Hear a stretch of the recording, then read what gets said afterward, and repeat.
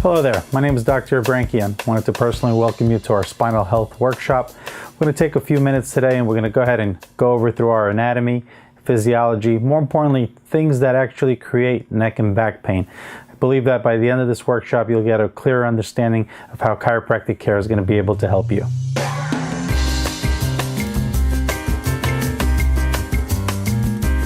So we're going to go ahead and start this first slide with innate intelligence. So for those of you who don't know the word innate intelligence, let me explain. Innate intelligence is our body's perceiving to heal itself, such as if we suffer a small cut on our hand, we put a band-aid on it, and of course, miraculously within a few days, that wound heals. Well, that's happening through our innate intelligence and the body's ability to heal itself. This happens across our regulatory system, more importantly, in how we breathe, how our heart beats. It's all controlled by the nervous system, which is phenomenal. And we're going to go through our next slide at this point, and let's go ahead and talk about our nervous system. The nervous system itself is composed of two main structures. Of course, the brain, and of course, the spinal cord. Now, for those of you who understand anatomy, you can understand that the brain actually controls our entire nervous system. Spinal cord, the nerves come down through the spine, and then they branch off at various places to give power to the body. So, as we go through our next slide, as we're looking at our nervous system, we're looking at the peripheral nervous system. And if you could look at the left slide, you can see how all the spinal nerves innervate and give power to our body. At the same time, spinal nerves also innervate and give power to our organs, such as our heart, lungs, and various types of endocrine organs. As we move through our slides, we're going to go ahead and experience the spine itself and how it's shaped. This slide demonstrates the spinal cord straight up and down. We don't want to see any deviations in the spine to the left, any deviations to the right. The first picture shows the spine curvy. Well, that's a good point. We want to see the various curves. Three specific curves are there. One being in the neck, forward curve, in the middle back being a backward curve, and of course the lower back being a forward curve again. If you can imagine a spring, that's what it actually does. It actually uploads and takes pressure off the spine. In between each one of the vertebrae, we find ourselves to have discs. Now, as we look at this slide, I'd like to demonstrate to you a section of two vertebrae, and of course the blue dials there being the discs. Now, the discs there work like spacers. So the more disc material we have in between the vertebrae, the more space we have for the nerve to exit. With various types of reasons, and we're going to go through them, that the body creates subluxations, which are basically misalignments of the spine. These discs take abnormal pressures, and as they do, they lead to herniations or disc bulges, and of course, arthritis of the spine. Let's talk about subluxations and how do these subluxations happen. When we talk about subluxations and we talk about various subluxations, we look at the phases of subluxations specifically in the neck. If you look at the first slide, you could see a picture of the person's neck. You could see it has a curve, just like we spoke earlier. But in phase one of degeneration, the person loses that curve. And that usually happens, either traumatic because of a car accident, or it could be postural induced. It really depends on how the presentation is. During our phase 2 and our phase 3, the spine starts degenerating. If you take a closer look, you're going to start seeing that space between the bones a lot smaller. More importantly, the bones start depositing calciums, which we call osteophytes. Now, these osteophytes, you may have heard, those are those bone spurs that are forming in the spine. And with those bone spurs comes inability to move the neck properly, inability and feeling of cracking of the neck. So those are those signs and symptoms that we're looking for. Moving on to our next slide. This is a very particular interesting slide because it's a slide up and down. So we talked about that earlier. If the spine is looked at from the front, we want to see it up and down. We don't want to see any of the vertebrae out of position, to the left or to the right. Unfortunately, in this case, you can see that this person suffers with scoliosis. So what is scoliosis? Curvature of the spine. And of course, as we move on to the next slide, we're actually looking down into the spinal cord, and we're looking to see how the discs are. Now, you see in the middle portion there where the disc material is, imagine a jelly donut. That jelly is supposed to be in the middle of the disc. As pressure or subluxations occur in the spine, the disc material will go ahead and push up against the spine, and more importantly against the spinal cord. If it starts tearing the annular fibers, which is the outside of the disc or the outside of the jelly donut, we reference that as a disc herniation. Now, not all disc herniations are surgical. In fact, majority of disc herniations are treated extremely well, extremely effectively through chiropractic care. What causes subluxations? More importantly, we discussed it earlier, what is a subluxation? Subluxations are spinal misalignments. They occur in all of us. There's various reasons for subluxations. Let's go on through the most common that we see here in the office. We routinely see patients who hurt their back or suffer with an acute lower back pain because they picked up an air conditioner. But majority of patients come in simply they bent down to pick up their wallet, or more importantly, they dropped their keys, or they tried to tie their shoes.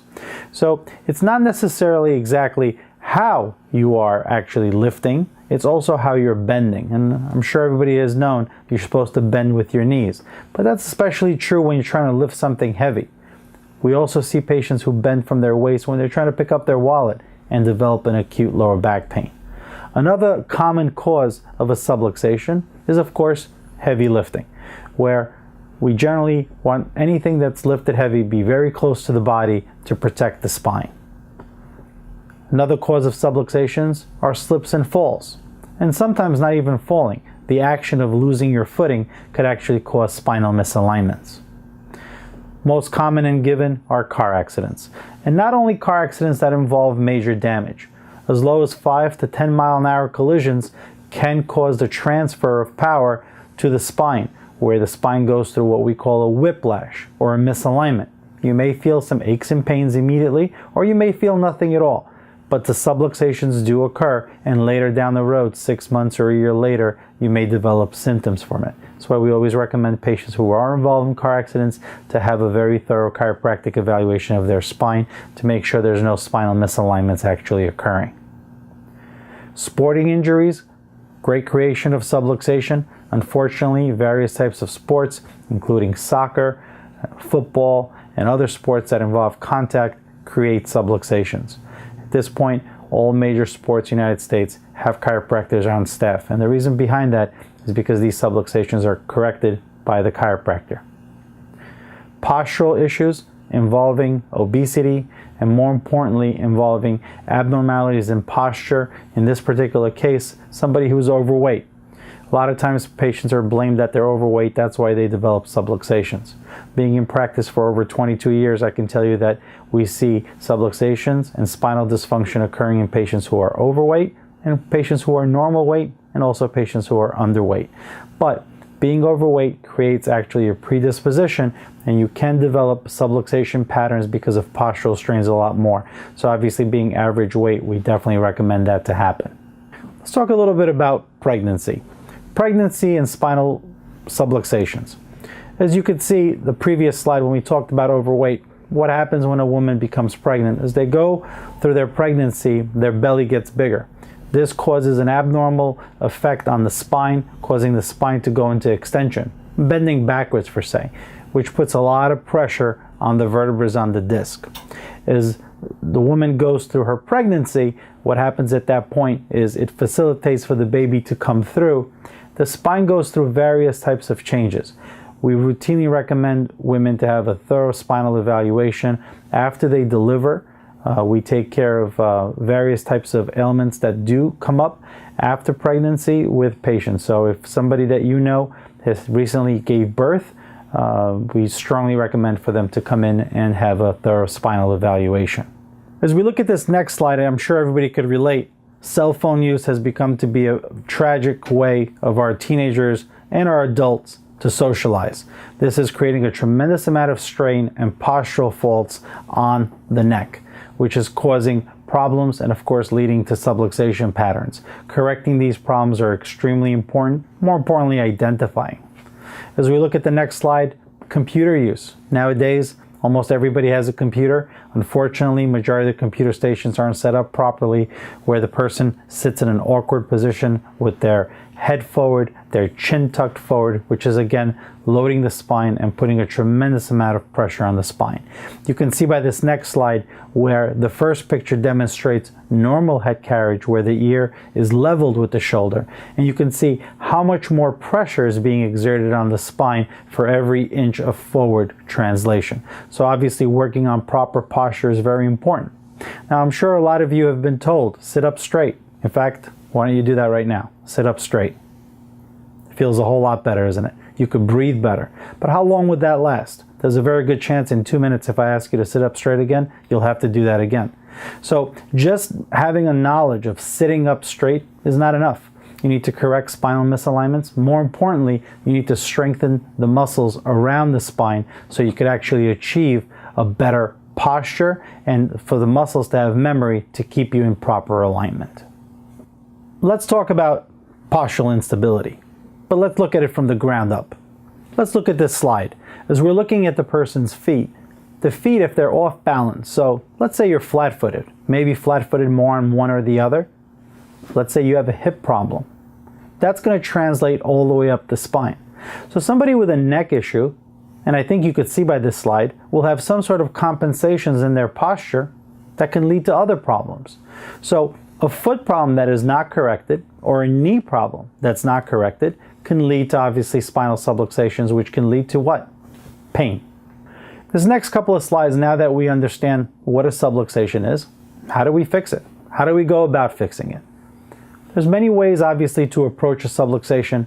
The most common way is conservative management. What that basically means, chiropractic adjustments, physiotherapy modalities, rehabilitation exercises, and of course, time. Let's go ahead over this next slide. These are actually the phases of care, a very important slide. I'd like to go over all three phases so you clearly understand what our goals are. In the first phase, pretty self-explanatory, relief care. That's why you're here. You're here probably because of pain. During this phase, we're going to go ahead and see you quite frequently. Usually lasts about anywhere between 2 to 4 weeks, where your visits are 2 to 3 times a week, trying to reduce inflammation, trying to reduce your pain patterns, and depending on what stage you're in, trying to start adjusting your spine. As we go through this phase, you'll have a reevaluation. As your reevaluation, we're looking to have a decrease in your pain, we're looking to have an increase in your range of motion, and then we could actually start rehabilitation care. During the rehabilitation phase, this is a very important phase where we start rehabilitation exercises. Of course, we continue adjusting the spine to create the best alignment possible, but we start working on strengthening exercises to start correcting bad posture and of course muscle imbalances that do occur with these subluxation complexes. During our last phase, which I believe is our most important phase, is maintenance and prevention. Just like working out or any good diet, if you don't stick to a program, what's going to happen? You're going to roll back. So it's very important that our wellness-minded patients try to come in on a maintenance basis to try to prevent these issues from reoccurring rather than waiting for the problem to come back again so they could pick up where they left off. What are the top 5 causes of subluxation? Let's go ahead and recap. Number 1, most common, poor posture. Now remember, poor posture leads to subluxations, not pain. Second one, trauma. Any type of a car accident, a slip and fall. These lead to subluxation patterns. Repetitive strains. We commonly see office cleaners who don't necessarily lift heavy, but they repeatedly bend down to pick up small, light garbage cans. But they are unfortunately not bending at a proper posture. And of course, we talked about overweight, which causes postural strain. And the last one in particular is stress. Stress affects us all in a lot of ways. We all heard about how stress can kill you. It actually could create neck and back pain also. What happens is when we're stressed, our heart rate goes up, but our muscles also start pulsating involuntarily, causing the spine to shift out of position. So identifying that, I believe, is very important. This next slide is actually a very funny slide because we routinely see this. And as we go through this slide, we get commonly asked, I don't know what happened, but I have back pain. I don't know what happened over this weekend, I have neck pain. It's really identifying things that actually create problems, and sometimes we may not even know it. Our three-legged stool. This is the three pillars that we depend on. The most important one is staying on your treatment schedule, staying on your treatment rhythm. Once we put you on a treatment rhythm, which could be either twice a week or if it's 3 times a week, even if it's once a week. I give an example of like pushing a car. It may take 5 people to push a car, but once the car is moving, usually it takes only 1 person to keep going. If we keep having to start and stop all over again, you can understand we lose momentum and that rhythm goes away. So it's extremely important that when you're on a treatment plan to try to stay on that treatment plan. And if it happens that you can't make an appointment, try to make up that appointment the very next day. This way you stay on that rhythm. Second phase of the legged stool has to be trying to eliminate destructive behaviors that you do at home. So if you find yourself tired at night and you're falling asleep on your couch, you got to rethink that, because that's going to create spinal misalignments. If you find yourself in front of a computer that's not centered properly and you're suffering with neck pain, you could come in and get adjustments, do rehabilitation exercise. But if you're going to go ahead and go back to that destructive behavior, I think you know the answer to that. That problem is going to continue. The last slide, which is a very important slide, it's not only what we do here in the office, it's really what you do at home. Doing your home spinal exercises on a daily basis is almost like brushing your teeth. We talk about dental hygiene. I think everybody understands the importance of flossing and brushing daily. More importantly, getting checked from your dentist once every 6 months. Chiropractic care is absolutely no different. You should do your spinal exercises on a daily basis and have periodic evaluations to see if you are subluxated. Let's talk about posture. Catching small postural defaults, especially in children, is a very important message that I'd like to give to you. If you have a child 12 years old and older, I advise you to bring them in for a spinal evaluation. More importantly, for us to evaluate their posture and also evaluate to see if they have scoliosis, which is curvature of the spine. Caught early, these problems can be helped, corrected, and we can actually slow down progression of these issues. This next slide is a very important slide. A lot of you may have not had any experience with chiropractic. If some of you, your loved ones at home, may not ever had an experience with chiropractic. And it's not because of not having knowledge, because a lot of times patients don't know that chiropractic is covered by majority of health insurances in New York State, including Medicare, New York State, no-fault insurance for car accidents, and importantly, workers' compensation cases. So if you have any questions regarding your insurance, please speak to one of our staff. They'll be sure to answer all your questions. In closing, I'd like to leave you with this. For those of you who did not know about chiropractic, more importantly, did not understand how subluxations may affect you and your family, I think now you know a little bit more. I believe knowledge is power, so take this knowledge, spread it to your loved ones. If you have somebody that you want us to check, we would love to see them in our office. If you have any further questions about subluxations, more importantly, the phases of care, what phase you're in, and what you can do more to speed up your recovery, please feel free to ask us at any time. I thank you for your time, and thank you for the opportunity for letting us treat you in our office at the Abrankian Back and Neck Center.